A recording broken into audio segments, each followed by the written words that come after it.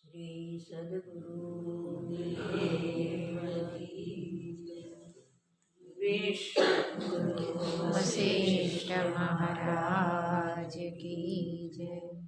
प्रगट राम की जय। जय जय गिरनारी महाराज की जय। जय जय गिरनारी महाराज की जय। जय जय गिरनारी महाराज की जय। श्री सद्गुरु देव की जय।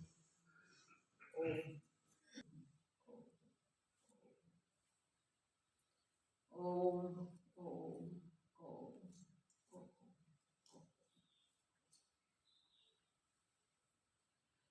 ओम ओम ओम।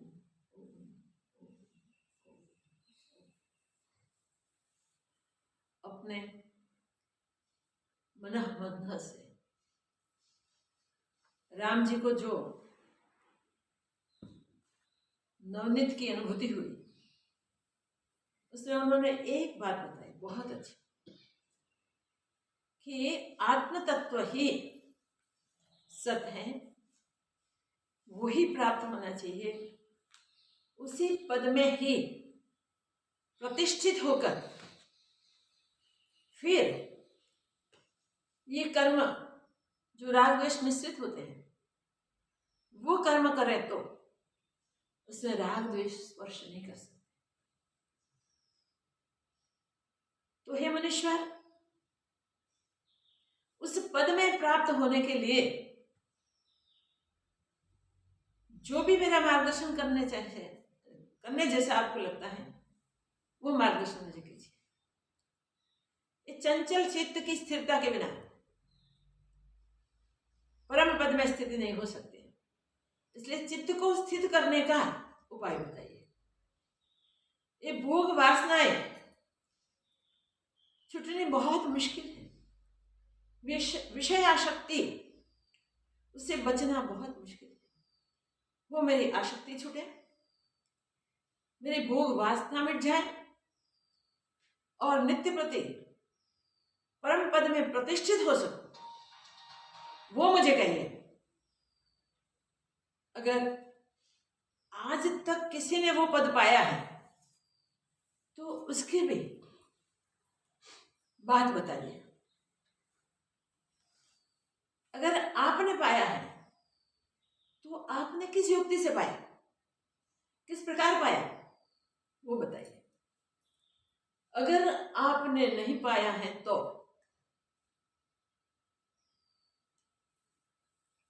और किसी ने भी नहीं पाया और इसकी युक्ति बताने के लिए कोई समाधान नहीं है, तो मैं इस शरीर को स्थिर करके बैठ जाऊंगा। खाना पीना आदि सारे व्यवहार बंद कर, श्वास आते जाते रहेंगे, धीरे धीरे क्षीण हो जाएंगे और शांत हो जाएंगे। देखिए, अज्ञान का जीवन, अज्ञान भरा जीवन कैसा है? जो मंथन करता है, जो विचार करता है, उसे पता चलता है कि ऐसे जीवन की कोई आवश्यकता नहीं है, ऐसा जीवन चाहिए ही नहीं जो हम जिन्हें बताए। और ये जीवन जीने योग्य न हुए तो उसको भोग विलास में डुबोना और कर्म के बंधन करना, राग द्वेष से जलते रहना, चित्त के चंचलता से व्यथित रहना, विषय तृष्णा हमेशा जलाने वाली है, इसमें जलते रहना। कर्म करते समय भले बुरे का विचार नहीं रहता, सिर्फ लोभ और स्वार्थ का ही विचार रहता है। इसी कारण राग द्वेष होते रहते हैं। तो इस प्रकार जीना, वो तो कर्मों की श्रृंखला बनेगी, जन्मों तक भटकाएंगे वो कर्म। ऐसा जीवन मुझे नहीं जीना है। मैं अहंकार को छोड़ के बैठ जाऊंगा। बहुत बढ़िया बात बताइए, याद रखें, देहाभिमान को छोड़ के बैठ जाऊंगा, जैसे ये देह के लिए मुझे कोई विचार नहीं। अगर आप जानते हैं तो आपने किस प्रकार पाया ऊपर, वो बताइए। और किसी ने भी पाया है तो उस सब की कथा मुझे बताइए। ऐसे कहकर राम जी चुप हो गए, मौन हो गए, तृष्णीम हो गए, शांत हो गए, और सारी सभा निर्वासना के अमृत में डूब गई। कितने सुंदर शब्द प्रयोग है, देखो। सब वासना रहित हो गए। राम जी के वैराग्य को सुन के सभास्थ जो थे उन सबको वैराग्य हो गया। और ऐसी स्थिति जान के देवता, सिद्ध, गंधर्व आदि आन आकाश में उपस्थित हो गए। सब पुष्पों की वृष्टि करने लगे, दिव्य पुष्प जो ऊर्ध्वलोक के पुष्प, मंदार, कल्पवृक्ष आदि के, उन सब की वृष्टि उन्होंने की। वो वृष्टि 2 घड़ी पर्यंत चली। ऐसा लगता था जैसे हिमालय में बर्फ की वर्षा होती है, आकाश से मुक्तमालाओं की वृष्टि होती है। क्षीर समुद्र उछल के उसके तरंग वहां आ जाए और उस तरंगों में से जो बुदबुदे उठे वो मुक्तमाला जैसे, मोतियों जैसे लगते थे। इतना सुंदर सुगंध का पवन चला, तो पुष्पों पे जाके जो पवन चलता था, ऐसे सुगंध को पहचान के सब भवन आके वहां बैठ के गुंजारा करने, सब स्तब्ध हो गए हैं। कुछ क्षणों के लिए तो किसी को देहाभिमान रहा ही नहीं, सबकी विशाल शक्ति छूट गई, सबका अहंकार मिट गया, सब शांत हो गए।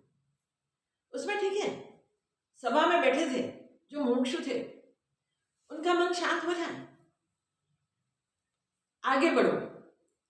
वहां बैठे हुए सब सभासद भी शांत हो सके सुन के, मगर पिंजड़े में जो तोते थे ना, वो भी स्थिर हो गए।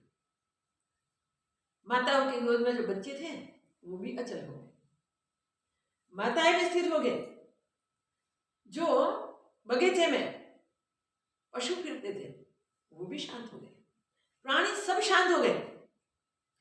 आकाश से पसार होने वाले पक्षी, आकाश में वहां स्थिर हो गए। सब नमो नमः नमो नमः करने लगे। वहां तो सब देवर्षि, सब महर्षि, ब्रह्मर्षि, सब ऋषि सब आन के सभा में उपस्थित हो गए। वाल्मीकि जी कहते मैं भी स्वयं वहां था। व्यास जी थे, दुर्वासा जी थे, अंगिरा थे, बृहस्पति के पिताजी अंगिरा, पुलह पुलस्स आदि कहे समर्थ ऋषिश्वर आन उपस्थित हो गए। विश्वामित्र और वशिष्ठ जी खड़े हुए। पहला इन सब ऋषिश्वरों का, मुनीश्वरों का स्वागत पूजन दशरथ जी ने किया, फिर वशिष्ठ जी, विश्वामित्र जी ने किया, और सब योग्य स्थान, योग्य आसन जो मिले उनको वहां वो बैठ गए।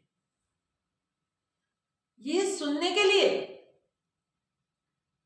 ये ऋषिश्वर मनुष्य आ गए। कितना राम जी का वैराग्य का वर्णन अद्भुत होगा।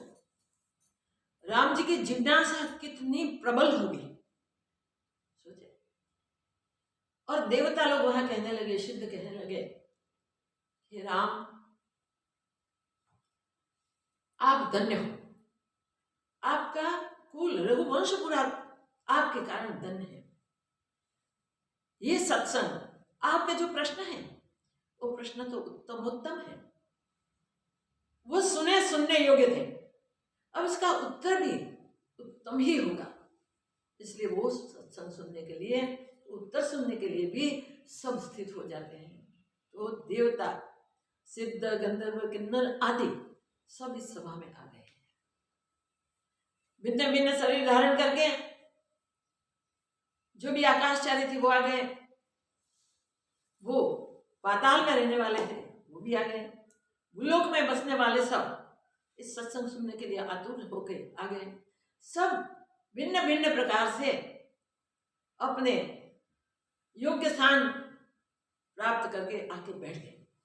इस सभा में जब देवताओं ने बात की तब सबके ओर से नारद जी खड़े हुए। सुंदर वीणाधारी नारद जी कहते हैं, हे राम जी बहुत अद्भुत कहा। एक ही वाक्य नारद जी का हम याद रखें, आपको थोड़े ही कहने से ज्ञान हो जाएगा, थोड़े मार्जन की आवश्यकता और कुछ नहीं है। अगर आपको यहां छोटे उपदेश से ज्ञान न हो जाए, आपको ज्ञान न होवे तो समझना कि हम सब अज्ञानी यहां बैठे हैं। देखिए सबके ओर से नारद जी को नियुक्त किए थे कहने के लिए, इसलिए नारद जी ने वो प्रमाण दे दिया कि इस सभा में राम जी को छोटे से उपदेश से ही ज्ञान हो जाएगा, अवश्य ज्ञान होगा। तो राम जी की तरह जो सुनने के लिए आतुर बैठे हैं वो सबको भी तो हो ही जाए। जिसकी एक ही जिज्ञासा है जो राम जी ने जगाई, वो पद पाना चाहिए जो पद में स्थित होने के बाद फिर कहीं इधर उधर होना ही नहीं पड़े। ये अमर पद, ये परम पद, ये निज पद, अपना खुद का पद है। वो पाए बिना अगर मनुष्य तन से हम गए तो समझना कि 84 लक्ष्य भटकना है।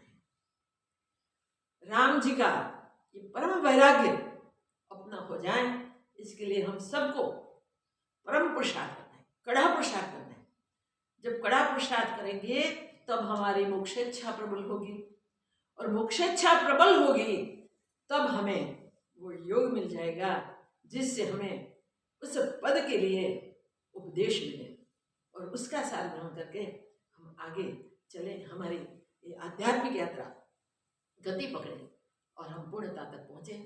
यहाँ कुल 6 प्रकरण का वर्णन है। इसमें हम द्वितीय प्रकरण में प्रवेश करते हैं।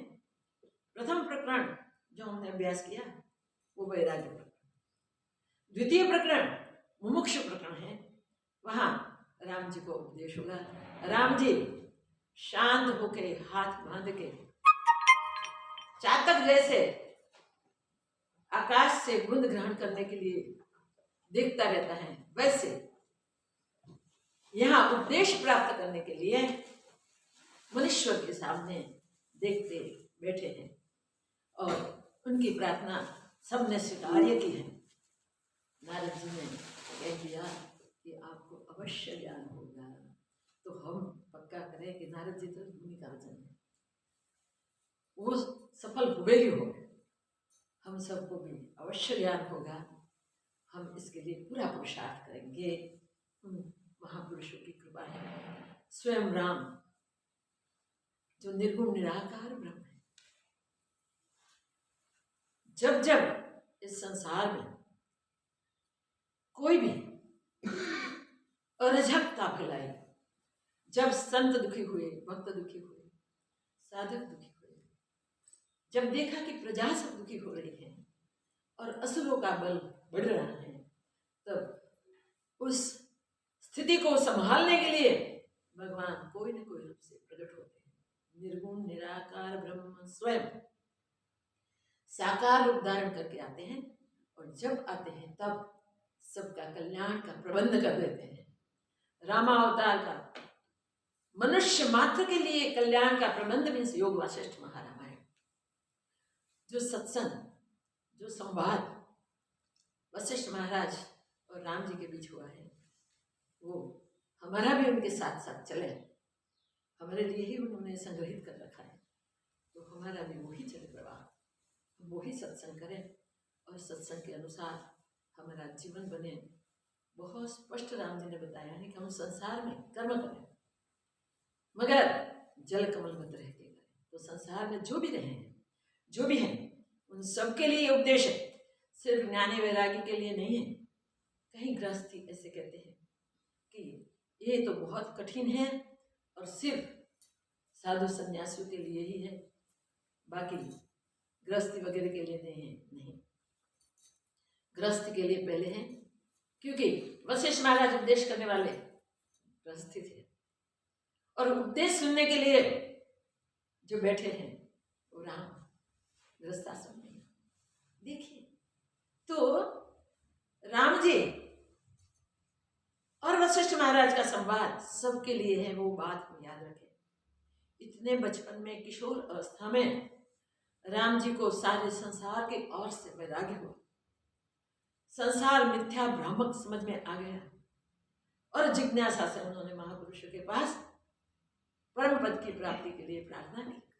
वो प्रार्थना हमारी सबकी हो सकती है, हम सब वही प्रार्थना करें और राम जी की तरह हम उपदेश ग्रहण करें और जो भी प्रारब्ध हमारा है वो प्रारब्ध के अनुसार कर्म करते हुए भी हम कर्मों से लेपित न हो गए।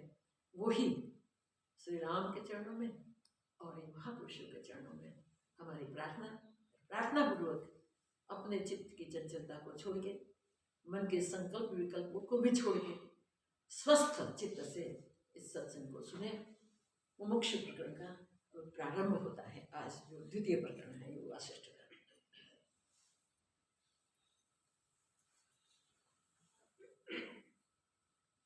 ओम श्री परमात्मने नमः। श्री योग वासिष्ठ द्वितीय मुमुक्षु प्रकरण प्रारंभ। वशिष्ठ जी बोले, हे वाल्मीकि जी बोले, हे साधो।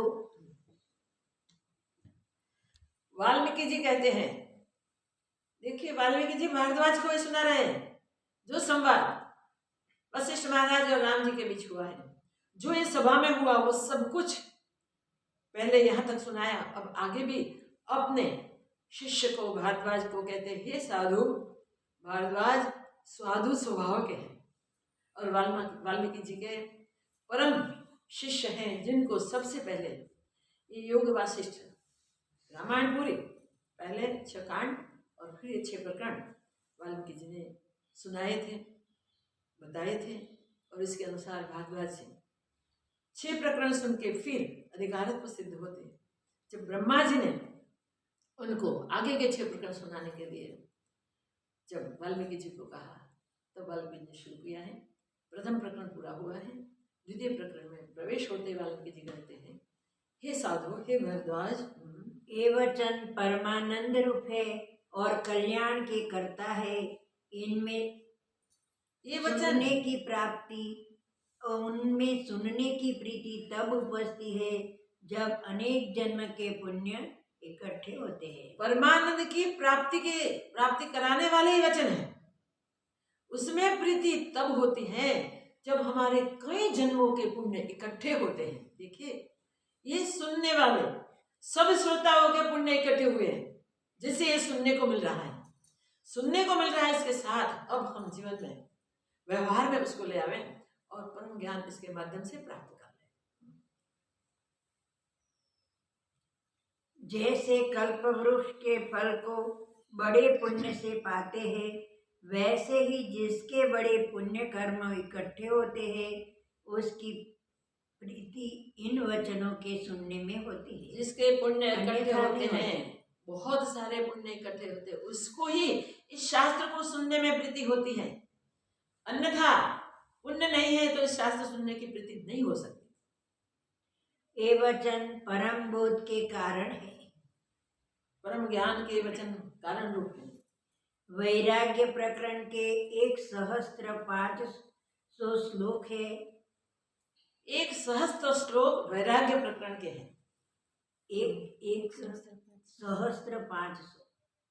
500 यस श्लोक है। हे भारद्वाज, इस प्रकार जब नारद जी ने कहा तब विश्वामित्र बोले कि हे ज्ञानवानों में श्रेष्ठ राम जी।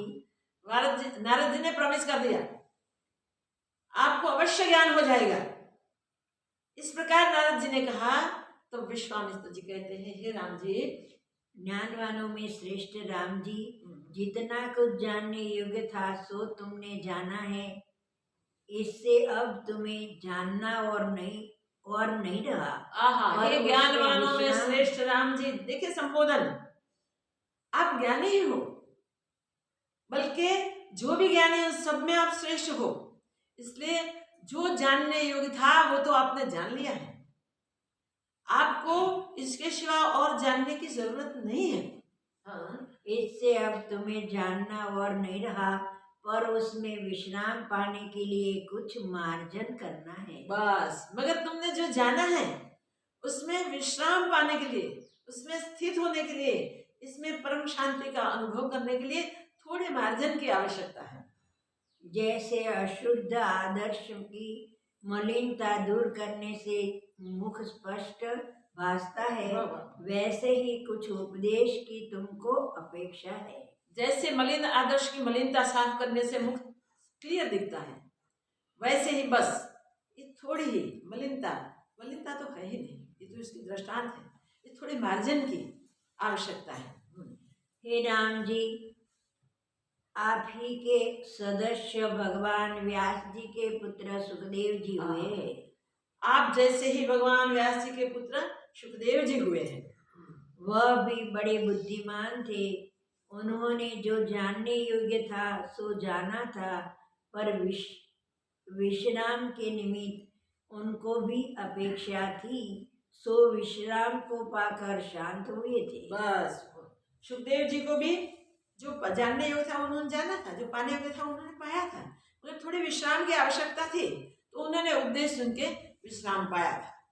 इतना सुन राम जी ने पूछा, हे भगवान, सुख जी कैसे बुद्धिमान और ज्ञानवान थे और कैसे विश्राम की अपेक्षा उनको थी, और फिर कैसे उन्होंने विश्राम पाया, सो कृपा करके कहो कि सुखदेव जी कैसे बुद्धिमान और ज्ञानवान थे और किस प्रकार की विश्रांति की उसको आवश्यकता थी, कैसे उन्होंने वो विश्रांति पाई, वो सब सुनाओ, सब कहो। विश्वामित्र जी बोले, हे राम जी, अंजन के पर्वत के समान और सूर्य के सदस्य प्रकाशवान भगवान व्यास जी सुवर्ण के सिंहासन पर राजा दशरथ के यहाँ बैठे थे। राजा दशरथ के यहाँ ये जो हुआ था इसकी बात हो रही है। अंजन के पर्वत जैसे श्याम मूर्ति थे ना, मगर सूर्य जैसे तेजस्वी भगवान व्यास दशरथ के वहां सुवर्ण के सिंहासन पर बैठे थे।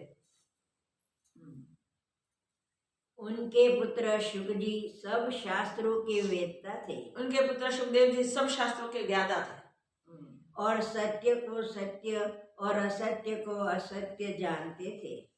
कितनी अच्छी स्थिति थी, सत्य को सत्य और असत्य को असत्य जानते थे। उन्होंने शांति और परमानंद रूपात्मा में विश्राम न पाया, तब उनको विकल्प उठा कि जिसको मैंने जाना है सो न होगा, सो न होगा। एक विकल्प उठा, एक संशय उठा कि जो मैंने जाना है सो नहीं हुआ, क्योंकि मुझे वो परमानंद की प्राप्ति, परमानंद में स्थिरता नहीं मिली। जो ज्ञान मैंने जाना है वो कुछ अपूर्ण होगा, वो ज्ञान नहीं होगा, क्योंकि मुझको आनंद नहीं भासता। मुझे आनंद नहीं भासता, आनंद नहीं होता।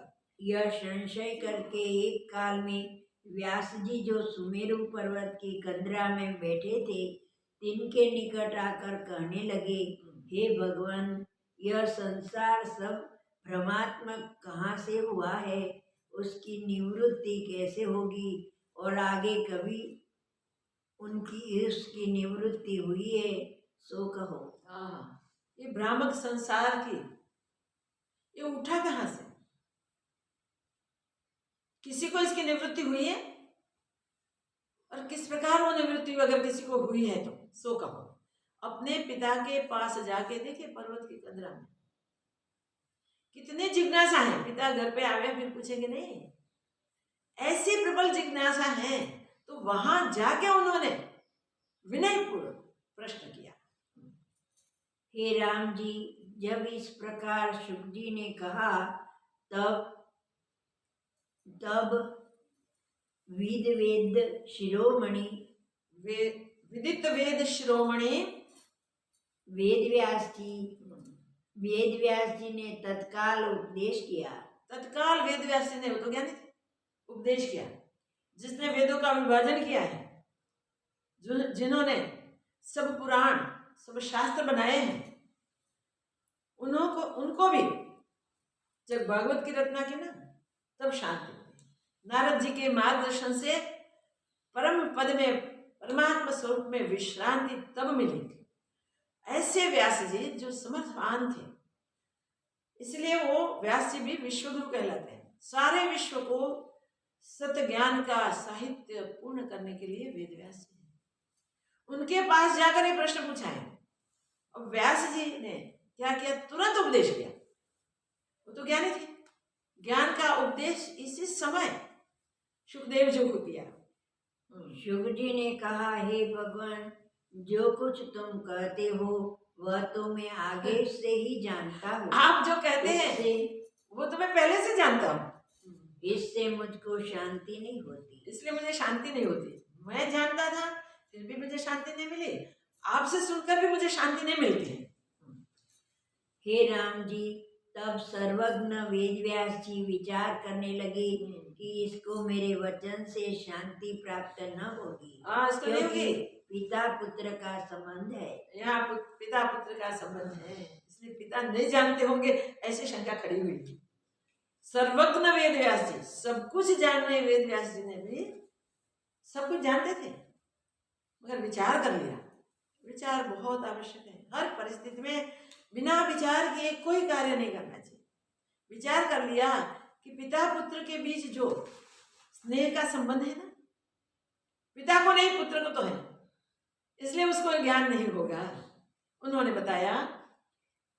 ऐसा विचार करके व्यास जी कहने लगे, हे पुत्र, मैं सर्व तत्वज्ञ नहीं, तुम राजा जनक के निकट जाओ, वे सर्व तत्वज्ञ और शांत आत्मा है, उनसे तुम्हारा मोह निवृत्त होगा। बस, पिता कितने विनम्र, देखो। अन्य पिता होते तो अहंकार उठ जाता, सारी दुनिया मुझे ज्ञानी कहते हैं, आप नहीं। हाँ, हे पुत्र, मैं सर्व ज्ञान का ज्ञाता नहीं हूं, मगर जनक महाराज पूर्ण ज्ञानी है, तुम उसके पास जाओ, वो तुम्हारा मोह निवृत्त कर बाद से तुम्हें ज्ञान की विश्रांति की प्राप्ति होगी। तब सुखदेव जी वहां से चलकर मिथिला नगरी में आए और राजा जनक के द्वार पर स्थित हुए। बस राजा जनक के द्वार पर पहुंच गए सुखदेव जी। इतने ज्ञान के पिपासु थे, इतने आतुर थे। द्वारपाल ने जाकर जनक जी से कहा कि व्यास जी के पुत्र शुक जी खड़े हैं। द्वार पे व्यास जी के पुत्र सुखदेव जी आन खड़े हैं। राजा ने जाना कि इनको जिज्ञासा है। राजा समझ गए, ज्ञानी थे ना, उन्होंने विचार कर लिया कि ये जिज्ञासु है, ज्ञान पाने के लिए आया है, इसीलिए कहा कि खड़े रहने दो। इसलिए द्वारपाल को कह दे कि वहां खड़े रहने दो। इसी प्रकार फिर द्वारपाल ने जा कहा और 7 दिन उन्हें खड़े ही बीत गए। फिर जाके द्वारपाल ने बताया कि आपके लिए यहाँ खड़े रहने का आदेश है। 7 दिन वहां वैसे थे वैसे ही खड़े रहे। तब राजा ने फिर पूछा कि शुक जी खड़े हैं कि चले गए। राजा ने पूछा कि है या गए। द्वारपाल ने कहा खड़े हैं। राजा ने कहा आगे ले आओ। एक द्वार आगे ले आओ। तब वे उनको आगे ले आए। उस दरवाजे पर भी वे 7 दिन खड़े रहे। वहां भी बस आगे आओ, आगे गए, और क्या आदेश है नहीं पूछा। वहां पूछने का होवे ही नहीं। अज्ञानकित, जिज्ञासु, मुमुक्षु गुरुजन जो कहते हैं वो ही करते हैं, तर्क नहीं करते। और 7 दिन वहां खड़े रह गए। फिर राजा ने पूछा कि शुक जी है। द्वारपाल ने कहा कि हाँ खड़े हैं। हाँ खड़े हैं। राजा ने कहा कि अंतःपुर में ले आओ और नाना प्रकार के भोग भुगताओ। अब उनको अंतःपुर में ले आओ, विविध प्रकार के भोग भुगताओ। राजा के सारे भोग उनके लिए ओपन कर दो। तब वे उन्हें अंतःपुर में ले आए। वहां स्त्रियों के पास भी वे 7 दिन खड़े रहे। 7 दिन अंतःपुर में जहां स्त्रियां रहती थी वो जैसे गए थे वैसे ही खड़े रहे। फिर राजा ने द्वारपाल से पूछा कि उनकी अब कैसी दशा है और आगे कैसी दशा थी। पहले कैसे थे, आज कैसी दशा है, आज इतने दिन के बाद वो कैसे हैं। द्वारपाल ने कहा कि आगे वे निरादर से न शोकवान हुए थे और न अब भोग से प्रसन्न हुए। वो कैसे हैं, निरादर हुआ था तब बिल्कुल खिन्न नहीं हुए थे, और अब इतना आदर हुआ तो इससे प्रसन्न नहीं। देखिए 7 दिन द्वार पे बाहर, महल के बाहर खड़े हैं। फिर दूसरे द्वार पे और 7 दिन, 14 दिन। फिर अंतःपुर में 7 दिन, 21 दिन। 21 दिन के बाद वो जनक महाराज के पास जाएंगे। वे तो इष्ट अनिष्ट में समान है। द्वारपाल कहता है कि वो तो इष्ट और अनिष्ट दोनों में समान स्थित है। जैसे मंद पवन से मेरु चलायमान नहीं होता, वैसे ही यह बड़े भोग से यह बड़े भोग व निरादर से चलायमान न भोगों से चलायमान हुए, न निरादर से चलायमान। उसका निरादर हुआ तो भी जैसे थे वैसे ही उसकी मुख मुद्रा कभी चेंज नहीं हुई। न भोग इतने मिले तब वो प्रसन्न हुए हैं, न आदर सत्कार नहीं मिला तो अप्रसन्न हुए हैं। नहीं, वो तो जैसे थे वैसे ही सम शांत स्थित है। जैसे पपीहे को मेघ के जल बिना नदी और तालाब आदि के जल की इच्छा नहीं होती। पृथ्वी पर तो बहुत सारे जल होते हैं, नदी, तालाब, सरोवर सब बहुत होते हैं, मगर पपीहा उसमें से पानी नहीं पीता। वो तो वैसे ही उनको भी किसी पदार्थ की इच्छा नहीं है। तब राजा ने कहा उन्हें यहाँ ले आओ। तब राजा ने कहा अब ले आओ।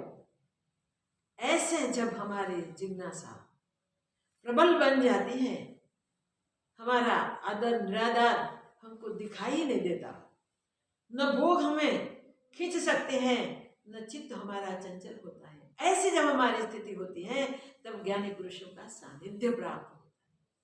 वो सानिध्य प्राप्त होने के बाद हमें विवेकपूर्ण व्यवहार करके अपने ज्ञान को दृढ़ करना है उस महापुरुष के सानिध्य में।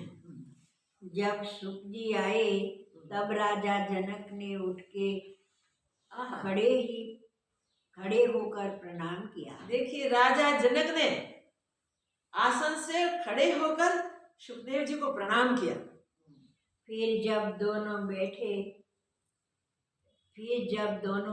गए तब राजा ने कहा कि हे मुनीश्वर, तुम किस निमित्त आए हो? तुमको क्या वांछना है? राजा भी फिर आके आसन पर बैठे, सुखदेव जी को योग्य स्थान पर बैठाए और पूछा। क्या पूछा? हे मुनीश्वर, आपको क्या वांछना है? आपको क्या वांछना है? सो कहो। संबोधन कितना बढ़िया किया है, स्वागत कैसा बढ़िया किया है, क्योंकि वो भी ज्ञानी ही थे। उसकी प्राप्ति में कर दो। आपकी जो वांछना है वो कहो, मैं उसकी प्राप्ति तुम्हें करवा दूंगा। श्री शुक जी बोले, हे गुरु, यह संसार का आडंबर कैसे उत्पन्न हुआ और कैसे शांत होगा, सो तुम कहो। हे गुरुदेव, इस संसार का आडंबर कैसे उत्पन्न हुआ और कैसे शांत हो सकता है, वो आप कहिए। इतना का विश्वामित्र जी बोले, हे राम जी, जब इस प्रकार सुखदेव जी ने कहा तब जनक ने यथाशास्त्र उपदेश जो कुछ व्यास जी ने किया था सो ही कहा। ये सुनकर जनक महाराज ने यथाशास्त्र उपदेश जैसे व्यास ने कहा था वैसे ही उपदेश किया। यह सुन सुख जी ने कहा कि हे भगवान, जो कुछ तुम कहते हो सोई मेरे पिता भी कहते थे, सोई शास्त्र भी कहता है और विचार से मैं भी ऐसा ही जानता हूँ। हे भगवान, जो आपने कहा वो मेरे पिताजी भी वही कहते थे, शास्त्र भी वही कहते थे और उस पर विचार करके मैं भी वही जानता हूँ कि यह संसार अपने चित्त से उत्पन्न होता है। मैं वो जानता हूँ कि संसार अपने चित्त से ही उत्पन्न होता है और चित्त निर्वेद होने से ब्रह्म की निवृत्ति होती है। चित्त निर्वेद जब हो जाता है, शांत हो जाता है, तब जगत ब्रह्म की निवृत्ति हो जाती है और मुझको विश्राम मगर प्राप्त ये जानने से मुझको विश्राम प्राप्त नहीं हुआ है। जनक जी बोले, हे मुनीश्वर, जो कुछ मैंने कहा और जो तुम जानते हो इससे पृथक उपाय न जानना और न कहना ही है। इससे जो तुम जानते हो, जो मैंने कहा, इससे अन्य कोई उपाय नहीं है, उसको अन्य उपाय कोई होगा ऐसा न जानना। यह संसार चित्त के संवेदन से हुआ है। जब चित्त फूलने से रहित होता है तब संसार ब्रह्म निवृत्त हो जाता है। चित्त के संवेदन से, चित्त वृत्तियों के स्फुरने से ही ये जगत उत्पन्न हुआ है और चित्त संवेदन जब शांत हो जाए तब इसका निर्माण हो जाएगा। आत्म तत्व नित्य शुद्ध परमानंद स्वरूप केवल चैतन्य है। जब इसका अभ्यास करोगे तब तुम विश्राम पाओगे। नित्य शुद्ध चैतन्य स्वरूप आत्म तत्व का जब तुम अभ्यास करोगे तब विश्राम को पाओगे। तुम अधिकारी हो क्योंकि तुम्हारा यत्न आत्मा की ओर है, दृश्य की ओर नहीं। तुम्हारा यत्न दृश्य की ओर नहीं है, आत्मा की ओर है, इसलिए तुम अधिकारी हो। आत्म स्वरूप को जानने के लिए तुम उत्सुक हो, इसलिए इस ज्ञान के तुम अधिकारी हो। इससे तुम बड़े उदार आत्मा हो। हे मुनीश्वर, तुम मुझको व्यास जी से अधिक जानकर मेरे पास आए हो, पर तुम मुझसे भी अधिक हो। क्योंकि तुम मुझको व्यास से अधिक जानकर मेरे पास आए हो, मगर तुम तो मेरे से भी अधिक हो। क्योंकि हमारी चेष्टा तो बाहर से दृष्टि आती है और तुम्हारी चेष्टा बाहर से कुछ भी नहीं, और भीतर से हमारी भी इच्छा नहीं है। भीतर से भी हमारी कोई इच्छा नहीं, सारी इच्छाएं शांत हो गई, मगर बाहर से तो हमारा व्यवहार दिखता है ना। मगर आपका तो बाहर से भी व्यवहार नहीं, अंतर से भी शांत हो और बाहर भी कोई व्यवहार नहीं, इसलिए तुम हमारे से श्रेष्ठ हो। इतना कह विश्वामित्र जी बोले, हे राम जी, जब इस प्रकार राजा जनक ने कहा तब शुक जी ने निसंग निष्प्रयत्न और निर्भय होकर सुमेरु पर्वत की कंदरा में जाकर 10 सहस्त्र वर्ष तक निर्विकल्प समाधि की। देखिए, जब इस प्रकार जनक जी ने कहा तब समझ गए। फिर अब उसके लिए निर्विकल्प समाधि में ज्ञान में स्थित हो गए, बैठ गए। देखिए, निर्विकल्प समाधि में जहां चित्त उठता है, निजा स्फुरण होता ही नहीं, तो जगत तो शांत हो गया है, जगत में तो रहा ही नहीं है। फिर आत्मस्वरूप में स्थित हो गए। तो वहां कहाँ पहुंचे? सुमेरु पर्वत की कंदरा में जाकर, एक गुफा में जाकर निर्विकल्प समाधि में 10 सहस्त्र वर्ष तक निर्विकल्प समाधि की। वहां 10,000 वर्ष तक निर्विकल्प समाधि की। जैसे तेल बिना दीपक निर्वाण हो जाते हैं, वैसे ही वे भी निर्वाण हो गए। जैसे बिना दीपक निर्वाण हो जाता है, वैसे वे भी निर्वाण हो गए। जैसे समुद्र में बूंद लीन हो जाती है, और जैसे सूर्य का प्रकाश संध्या काल में सूर्य के पास लीन हो जाता है, वैसे ही कलनारूप कलंक को त्याग कर वे ब्रह्म पद को प्राप्त हुए। कलनारूप कलंक को त्याग कर वो ब्रह्म पद को प्राप्त हो गए। जैसे सूर्य की किरण पूरे दिन कितनी प्रकाशती है, संध्या का समय हो गए तब सूर्य में जाकर लीन हो जाती है, वैसे वो अपने आत्मस्वरूप में लीन हो गए। विश्वामित्र जी बोले, हे राजा दशरथ, जैसे शुक जी शुद्ध बुद्धि वाले थे, वैसे ही राम जी भी है। जैसे देखिए, शुक जी शुद्ध बुद्धि वाले थे, वैसे राम जी भी शुद्ध बुद्धि वाले हैं।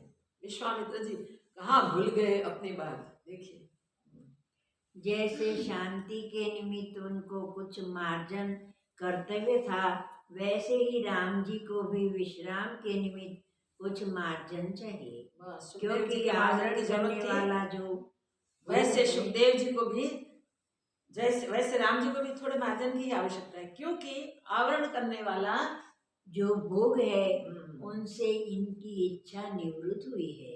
भोगों की इच्छा जो आवरण करते हैं ना, वो राम जी की निवृत्त हो गई है। और जो कुछ जानने योग्य था सो जाना है, जानने योग्य उन्होंने जान लिया है। अब हम कोई ऐसी युक्ति करेंगे जिससे इनको विश्राम होगा। अब हम ऐसी युक्ति कोई करेंगे जिससे राम जी को विश्राम हो जाएगा। जैसे शुक जी को थोड़े से मार्जन से शांति की प्राप्ति हुई थी, वैसे ही इनको भी होगी। सुखदेव जी की तरह राम जी को भी विश्रांति की प्राप्ति होगी।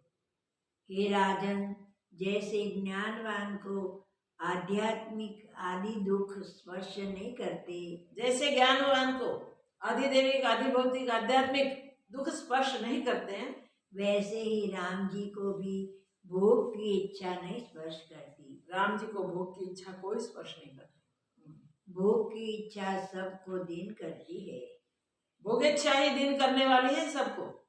इसी का नाम बंधन है, और भोग की वासना का क्षय करना ही मोक्ष है। भोग इच्छा का नाम ही बंधन है, और भोग वासना का त्याग करना वही मुक्ति है।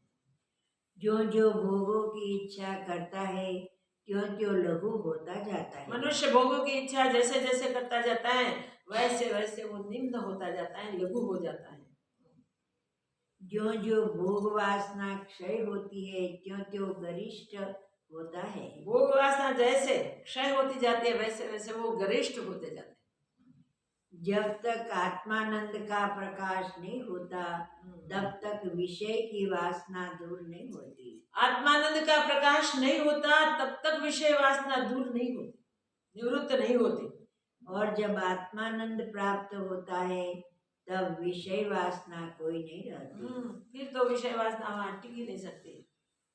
जैसे मरुस्थल में बेली नहीं उत्पन्न होती, वैसे ही ज्ञानवानों को विषय वासना की उत्पत्ति नहीं होती। मरुस्थल में रणभूमि में कहाँ से बेली हो गए? जैसे रणभूमि में, इस मरुस्थल में बेली नहीं होती, वैसे ज्ञानी के चित्त में विषय वासना नहीं होती। हे साधु, ज्ञानवान किसी फल की इच्छा से विषय भोग का त्याग नहीं करता। हाँ, कोई फल की इच्छा से विषय भोग का त्याग नहीं करते। कई लोग त्याग करते हैं, मैं ये इसका त्याग कर, मैं ये नहीं खाऊंगा, ये मैं नहीं पीऊंगा करते हैं। इसके पीछे कोई कोई कामना होती है, कुछ प्राप्त करने की इच्छा होती है। ज्ञानी की वो ऐसी कोई इच्छा नहीं होती, स्वभाव से ही उसकी विषय वासना चली जाती है। स्वभाव से स्वाभाविक विषयों की इच्छा उनकी छूट जाती है। हे राम जी, जैसे सूर्य के उदय होने से अंधकार का अभाव हो जाता है, वैसे ही राम जी को अब किसी भोग पदार्थ की इच्छा नहीं रही। राम जी को अब कोई भोग पदार्थ की इच्छा नहीं रही। देखिए ज्ञानी की स्थिति उनकी, राम जी की स्थिति है। अब तो वे विदित वेद हुए हैं। अब तो उन्होंने जानने योग्य सब कुछ जान लिया है, विदित वेद हुए हैं। विश्राम की इच्छा रखते हैं। बस अब सिर्फ विश्राम की इच्छा रखते हैं। परम पद में शांत हो जाने की ही, अचल हो जाने की ही उनकी इच्छा है। इससे जो कहो वही करो, जिससे वे विश्रामवान हो। ऐसे जो कहो वो करो, जिससे उनको विश्राम प्राप्त हो। हे राजन, भगवान वशिष्ठ जी की युक्ति से ये शांत हो गए और आगे से वही आपके कुल गुरु हैं, उपदेश करते वही आए हैं। आगे से वही रघुवंश कुल के गुरु है। उनके उपदेश द्वारा आगे भी रघुवंशी ज्ञानी हुए हैं। आगे भी वशिष्ठ महाराज ने ही आपके कुल के गुरु पद संभाला है। और उपदेश क्या है? उनके उपदेश से आगे कहीं आपके कुल में ज्ञानवान हुए हैं। ये सर्वज्ञ और साक्षी रूप है और त्रिकालज्ञ और ज्ञान के सूर्य है। साक्षी रूप है, त्रिकालज्ञ है और ज्ञान के सूर्य है। उसके उपदेश से राम जी आत्म पद को प्राप्त होंगे। हे वशिष्ठ जी, जब हमारा तुम्हारा विरोध हुआ, वशिष्ठ महाराज को कहते हैं, हे वशिष्ठ जी, तब जब हमारा और तुम्हारा कुछ विरोध हुआ था और ब्रह्मा जी ने मंदराचल पर्वत पर जो ऋषिश्वरों और अनेक वृक्ष से पूर्ण था, वह संसार वासना के नाश हमारे तुम्हारे विरोध की शांति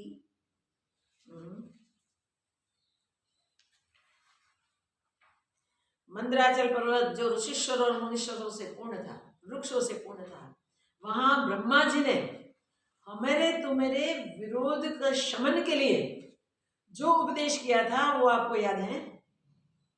अन्य जीवों के कल्याण निमित्त जो उपदेश किया था वह तुमको स्मरण है।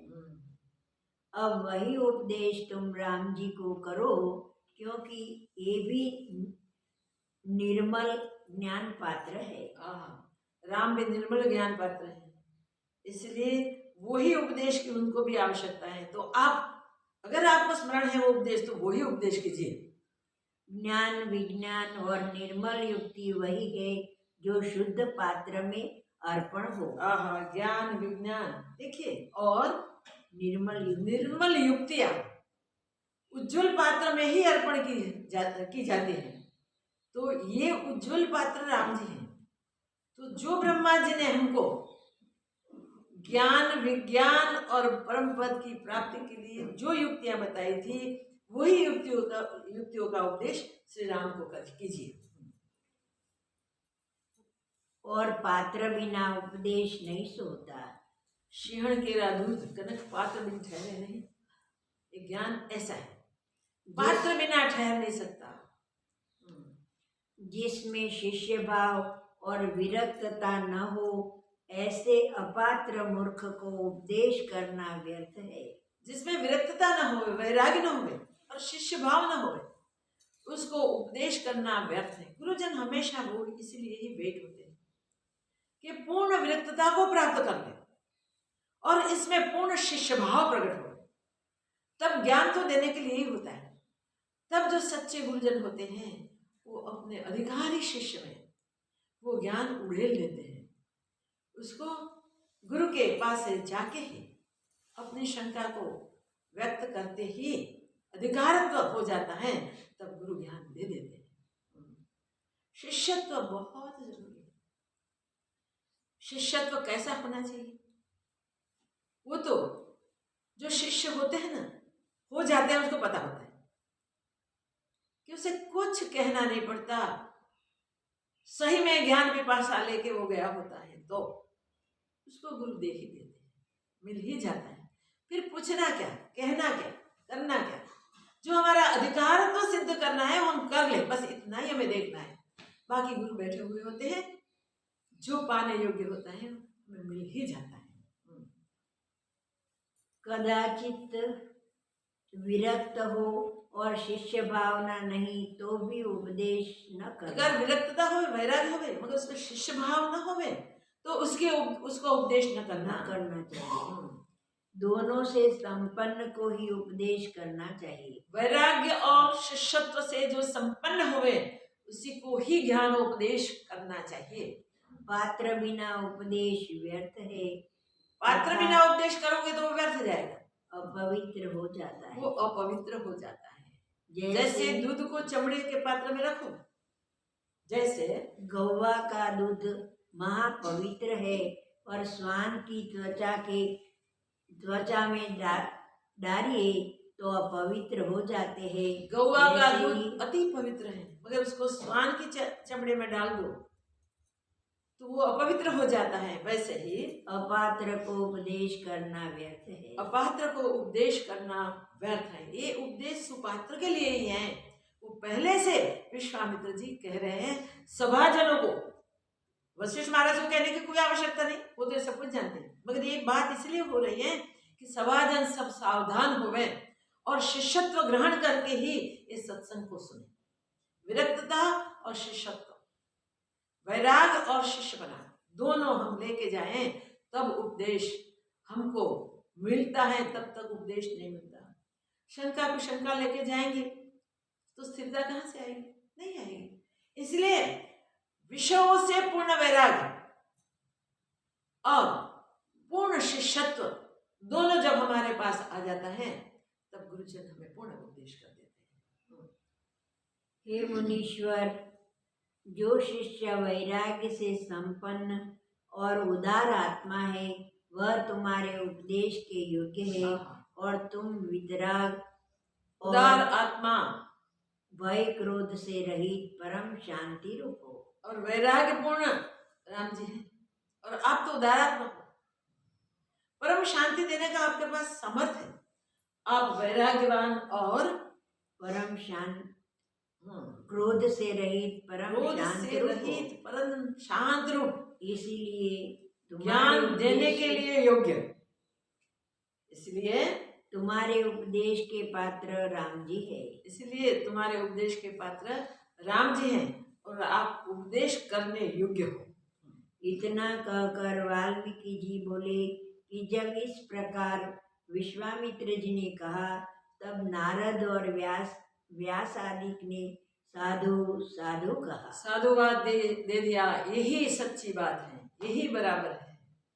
तो वशिष्ठ जी ही राम जी को उपदेश कर पाएंगे और राम जी उस उपदेश को ग्रहण कर सकेंगे। साधुवाद दिया, अर्थात भला भला कहा कि ऐसे ही यथार्थ है। भला भला यही यथार्थ है, यही योग्य है, ऐसा कहा। उस समय राजा दशरथ के पास बहुत प्रकार के साधु बैठे थे। राजा दशरथ के सामने उनके पास बहुत प्रकार के साधु तब बैठे हुए थे।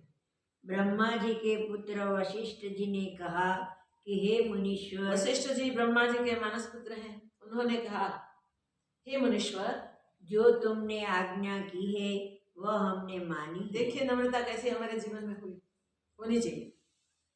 जैसी आज्ञा आपने की है वो मुझे शिरोधार्य है, मुझे स्वीकार्य है।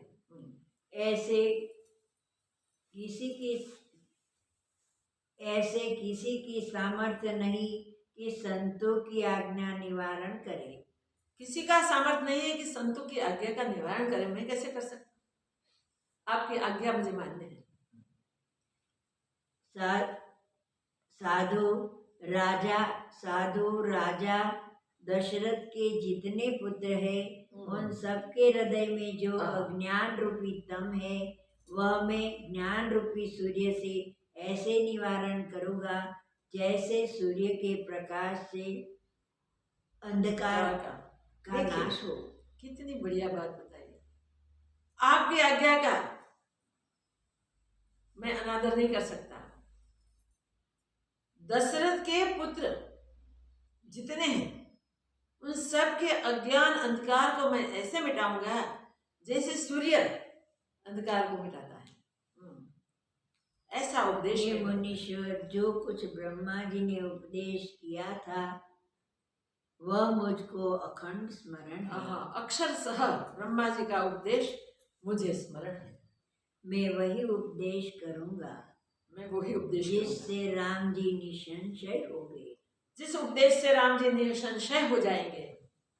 इतना कहकर वाल्मीकि जी बोले, इस प्रकार वशिष्ठ जी विश्वामित्र से कह राम जी से मोक्ष का उपाय कहने लगे। वाह वाह। इस प्रकार विश्वामित्र को कहकर वशिष्ठ महाराज राम जी को मोक्ष उपाय कहने लगे। वशिष्ठ जी बोले, हे राम जी। अब वशिष्ठ जी जो कहेंगे वो उपदेश हम कल सुनेंगे। यहाँ तक हम स्थिर रहेंगे कि विश्वामित्र ने जो कहा उसके सामने वशिष्ठ महाराज ने उत्तर दिया, हे साधु, हे महाराज, मैं राम जी को वही उपदेश करूंगा जो आपने कहा है। ब्रह्मा जी ने हमको जो उपदेश किया था वो मुझे अक्षर सह अखंड याद है और वही उपदेश मैं राम जी को करूंगा और राम जी की शांति को प्राप्त होंगे। इतना कहकर वशिष्ठ महाराज ने राम जी को संबोधन किया उपदेश करने के लिए। वो उपदेश हम कल सुनेंगे। ओम पूर्णमदः पूर्णमिदं पूर्णात् पूर्णमुदच्यते पूर्णस्य पूर्णमादाय पूर्णमेवावशिष्यते। ओम शांति शांति शांति। श्री सद्गुरुदेव की चातक की तरह अब ये उपदेश हम सबको सुनना है। कल से ओम त्र्यंबकं पुष्टिवर्धनं उर्वारुकं बन्धनान् ओम त्र्यंबकं पुष्टिवर्धनं उर्वारुकं बन्धनान् ओम त्र्यंबकं पुष्टिवर्धनं उर्वारुकं बन्धनान् ओम त्र्यंबकं पुष्टिवर्धनं उर्वारुकं बन्धनान् ओम त्र्यंबकं पुष्टिवर्धनं उर्वारुकं बन्धनान् ओम त्र्यंबकं पुष्टिवर्धनं उर्वारुकं बन्धनान् मृत्युमुक्षमां ततमों त्र्यंबकं पुष्टिवर्धनं उर्वारुकं बन्धनान् मृत्युमुक्षमां ततमों त्र्यंबकं पुष्टिवर्धनं उर्वारुकं बन्धनान् मृत्युमुक्षमां ततमों त्र्यंबकं पुष्टिवर्धनं उर्वारुकं बन्धनान् मृत्युमुक्षमां ततमों त्र्यंबकं पुष्टिवर्धनं उर्वारुकं बन्धनान् मृत्युमुक्षमां ततमों त्र्यंबकं पुष्टिवर्धनं उर्वारुकं बन्धनान् मृत्युमुक्षमां ततमों त्र्यंबकं पुष्टिवर्धनं उर्वारुकं बन्धनान् मृत्युमुक्षमां